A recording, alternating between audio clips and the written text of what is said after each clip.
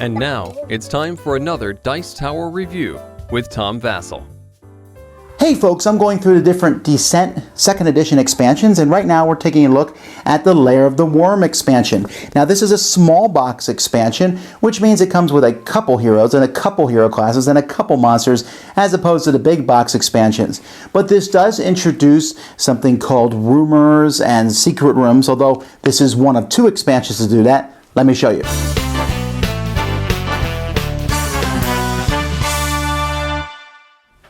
So Lair of the Wyrm adds a few more characters to the game.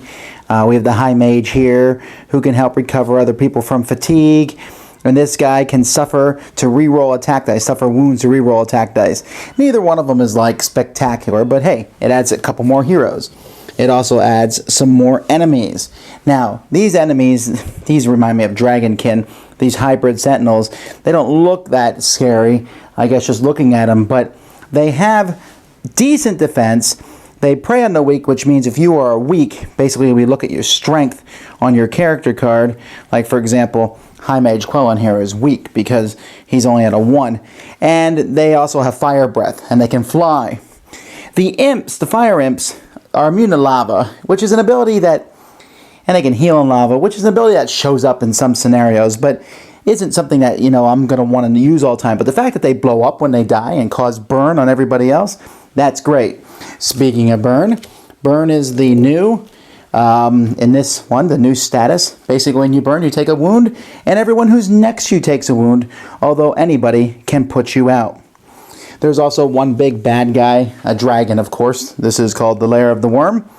And there's a few more different items that you'll find. Here's inscribed robes, magma blasts, a few items where the good guys can cause burn themselves, a few more regular cards, and then something brand new to this game, some rumor cards. Now this is one of two expansions that includes rumor cards, and the Overlord will draw 3 of these, and he can play these when he wants to, or when the card allows him to play this.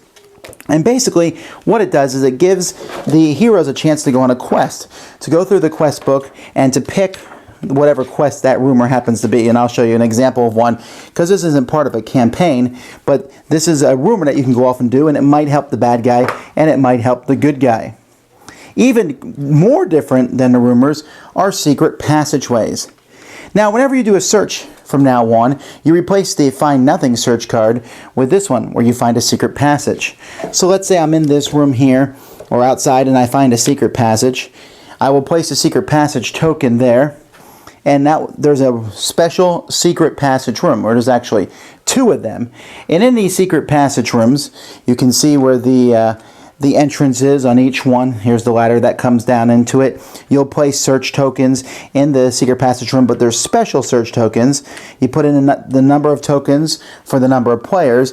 And so someone can go into the secret passage room, and they can move around as they go through the room, find these search tokens, and it might be a certain test that they have to do, or a monster might pop up, and if they beat it, they can search and find maybe a potion or treasure, etc. The Overlord can also take these away if he wants to on his turn, so that you can't get them, but at the same time, when all 3 are gone, you are going to get something from that room, and that depends on a special secret room card that you will draw, and it will give you some sort of reward when you complete it. Of course, if you're off messing around in this room, then your friends are probably having trouble out in the main quest. So it offers kind of a cool diversion for players to do.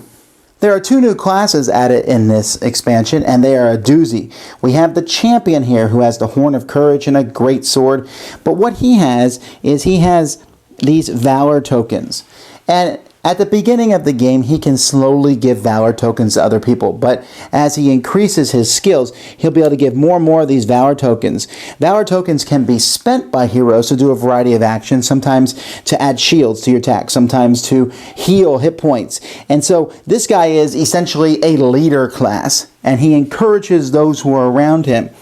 Like, for example, here, after the Overlord does an action, a hero within 3 spaces of your character can spend 2 Valor to exhaust this card and perform an attack. So it allows them to use you as like, oh, I will do one last blow against the monster. So that's a pretty cool one. The other one here is the Geomancer.